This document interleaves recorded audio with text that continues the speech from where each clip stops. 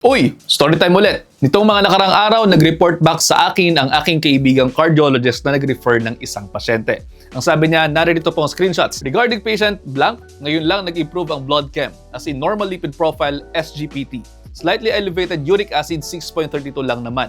For the first time for this patient na okay ang blood chemistry as in nag-TIA pa siya. Yung TIA po ay isang form ng stroke, transient ischemic attack ito.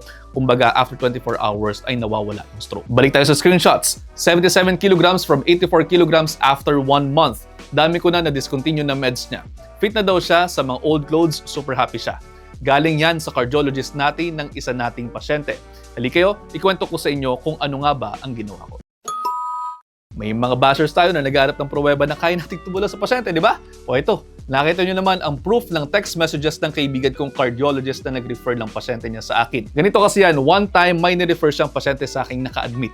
Ang ginawa ko, weight management. On the heavier side po kasi ang pasyente at napakaraming mga gamot for hypertension, for diabetes at iba pa. Ang goal natin dito ay ang pagbawasin ng timbang ang pasyente in the hopes na magno-normalize ang kanyang blood chemistry results para lang sa ganoon ay mabawasan natin ang kanyang medications at syempre for better quality of life. After nating ma-check habang naka-admit ang pasyente, nagbigay po tayo ng medical and lifestyle protocol sa pasyente.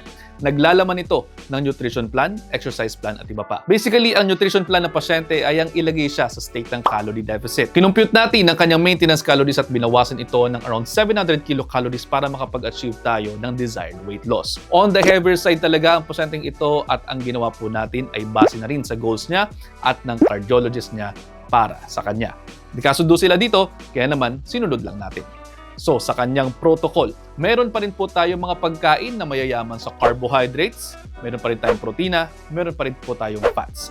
Hindi po tayo nagtanggal ng kahit na anong macronutrients pero computed natin kung hanggang gaano karami lamang ang pwede niyang kainin per meal, per day.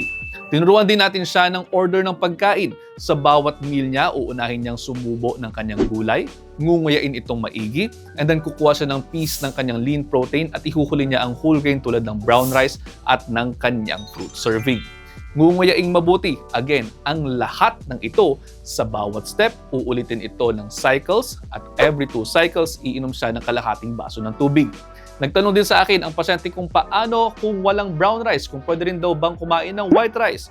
Ang ating sagot, pwede naman pero hanggat maaari magba-brown rice dahil mas kakaunti po ang calories nito at mas siksik ito sa fiber dahilan para mas makaramdam ng pagkabusog agad. Noong kanya itong sinubukan sa hospital meal pa lamang, sinabi na ng pasyente na naramdaman niya agad na mayroong epekto ang sinasabi natin sa kanya. Bukod po sa pagkain, binigyan din po natin siya ng kanyang exercise regimen. Ito ay nagmumula sa aerobic exercise hanggang sa kanyang strength training para nang sa ganoon ay magkaroon tayo ng mas maraming calories out kaysa sa ating calories in.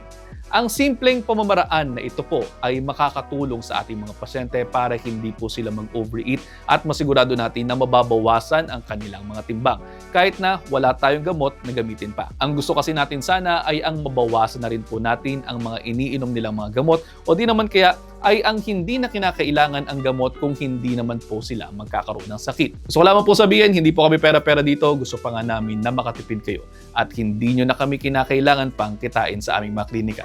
Magkita-kita na lamang po tayo sa daan and we'll just talk about the weather and our families and basically anything under the sun. At paano? Hanggang dito na lamang muna. Makikishare po sa inyong mga kaibigan. See you next time. Ingat.